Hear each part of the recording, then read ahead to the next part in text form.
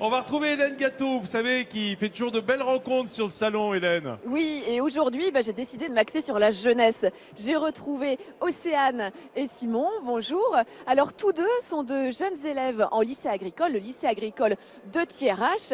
J'en profite pour dire salut à tous les Axonais parce que nous venons tous les trois de l'Aisne.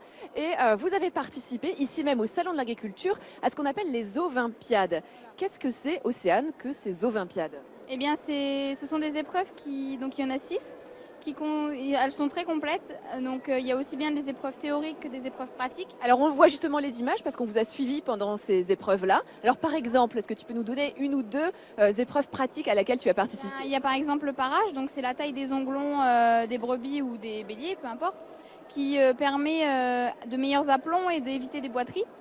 Donc pour l'état de santé aussi, ça en fait partie et c'est un bien-être de l'animal aussi.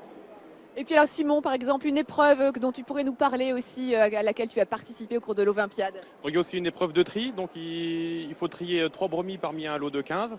Et donc il faut faire cette épreuve le plus rapidement possible, c'est une épreuve de vitesse et pas se tromper, choisir la bonne brebis. C'est une vraie compétition sportive, on a l'impression. Exactement, oui, c'est exactement ça, des entraînements intenses et voilà. Et alors j'imagine aussi qu'on fait attention à la santé des animaux. Est-ce qu'il y a une épreuve de diagnostic ou de santé? Voilà, ça fait partie des Ovimpiades, il y a une épreuve de santé, donc c'est un bilan complet de la santé de l'animal. Tu peux nous montrer, Océane, justement, on va regarder. Qu'est-ce qu'on regarde? Donc la 3e paupière, pour voir si l'état de santé de la brebis est bien ou non. Vas-y, montre-nous. Alors en fait, la 3e paupière, on va regarder, hop, on manipule, et on regarde cette 3e paupière pour voir la couleur.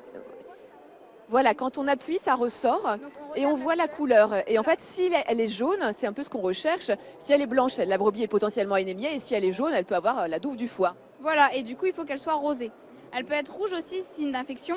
Et donc, suite à ça, ça permet de voir un bilan si la brebis va bien ou non. Alors, vous êtes arrivé, toi, Océane, tu es arrivé 15e sur 36. Simon, tu es arrivé 7e. Ça va te permettre, toi, Simon, de participer aux Olympiades des métiers à Bordeaux. Donc, c'est une belle reconnaissance. Et surtout, ces Olympiades, elles sont extrêmement importantes parce que ça permet un peu de susciter des vocations. Oui, tout à fait, tout à fait. Puis ça montre que nous, des jeunes élèves, on est quand même passionnés par le métier et qu'on est là aussi pour soutenir donc l'élevage et montrer qu'il y a des motivations quand même et qu'on est là pour soutenir les éleveurs. Alors je me demande s'il n'y en a pas une jeune femme qui voudrait participer aussi aux Olympiades. Est-ce que ça te dirait toi aussi de faire du tri de brebis, de devenir bergère? J'ai beaucoup à apprendre, mais j'adorerais. Voilà, j'ai trouvé une nouvelle recrue. En tout cas, on remercie encore votre professeur, le professeur Monsieur de Mester, qui vous a beaucoup entouré pour la préparation à ces Olympiades, et puis votre lycée, le lycée agricole de Thiérache.